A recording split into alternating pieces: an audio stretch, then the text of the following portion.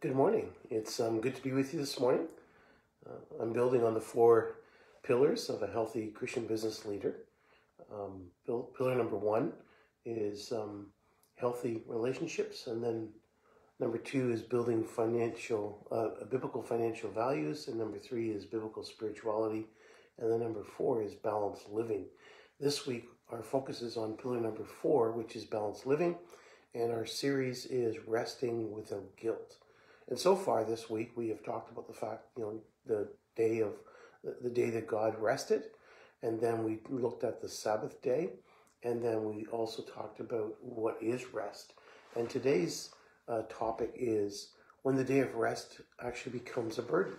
So when the day of rest becomes a burden.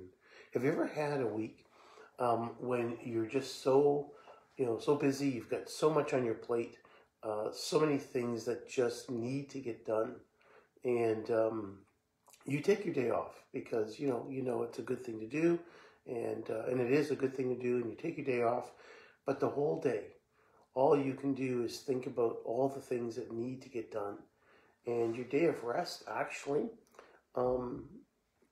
is not restful at all. And instead of it being restful, it is a day of anxiety and a day of regret because you're just thinking about everything that needs to get done. Well, if we're honest, we would probably have to all, state the fact that we have had days like that. Times when, we took our day off because, that's what we should be doing, but it really wasn't a day off. It was a day that we, in the end, we regretted the fact that we even took the day off. Or maybe your day of rest is full of expectations that are placed upon you, rules and obligations that seem to be out of your control.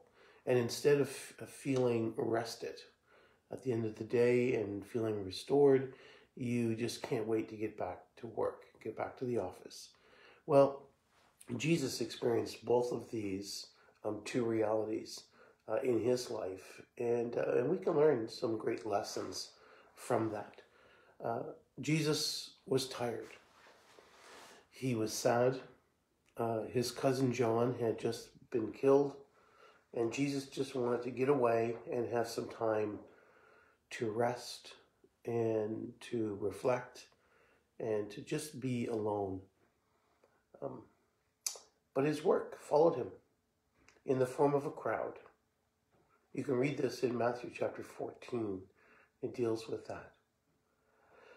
Here's a lesson I believe that we can learn from that experience that Jesus had, and that sometimes it's necessary to push our time of rest back a little. And Jesus had to do that day. He took care of business. Now, in his case, it was healing the sick and teaching people about the kingdom of God. And then finally, it was also feeding them. After he was done, though, when the day was over, he still went off by himself for some time of rest. And the rest of that story carries on that he then joins the disciples while they're in a boat and he walks on water. I don't recommend you try doing that unless it's Northern Ontario and you got a good, layer of ice below you where you can walk across. But Jesus did not always live up to the expectations of the Sabbath police either that he came across. In his life, these people were referred to as the Pharisees and Sadducees, and they had all the extra rules that they had created for the Sabbath day, and Jesus did not live up to their expectations. He even stared them down on occasion when he would heal someone on the Sabbath day. One of those healings, of course, was the woman bent over, and you can find that in Luke chapter 13. And Jesus just said, "Okay, is it okay to do good on the Sabbath day?" And what could they say? Of course, it's good to do good even on your day of rest. And we see that when the disciples ate with unwashed hands, and on the Sabbath day took some grain and rubbed it in their hands and then ate it. They were out in the field, And so they took a couple things. They didn't wash their hands, which was against the Sabbath rules and against the rules of the Pharisees. And then, of course, they did that on the Sabbath. And the Pharisees had created so much and so many rules around the Sabbath day and around the day of rest that really the day of rest became a burden. So here's the lesson. Sometimes we need to break people's expectations of us when it comes to the day of rest. If people's expectations of you for the day of rest become a burden, it may be wise to just say, you know what? I can't do that. So we see Jesus on the one hand, he's wanting a day of rest. He's wanting time alone. And work follows him, and it's there. And what can he do? And so he chooses, rather than say, you know what, no, I'm not going to do this. I'm just going to step back, and I'm going to take this day off.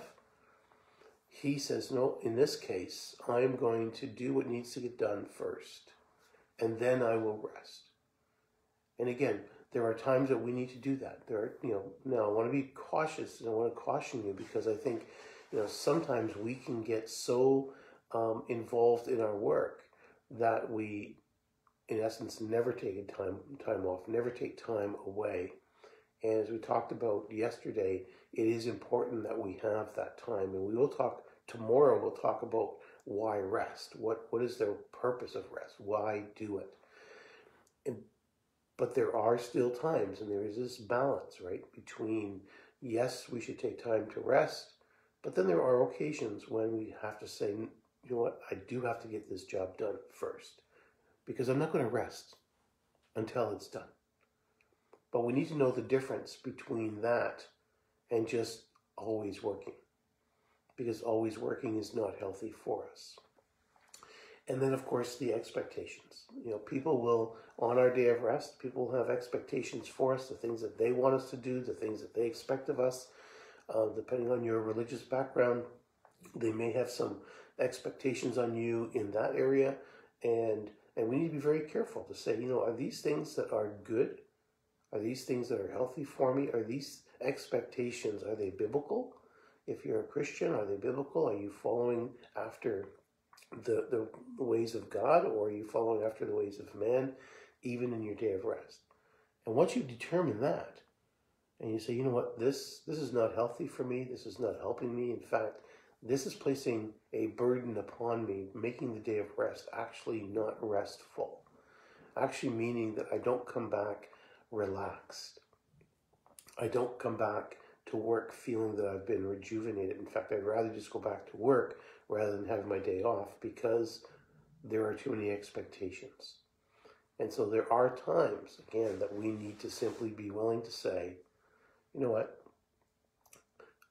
I'm not going to live up to those expectations. And so if people's expectations for your day off of rest become a burden, it may be wise to just simply say no.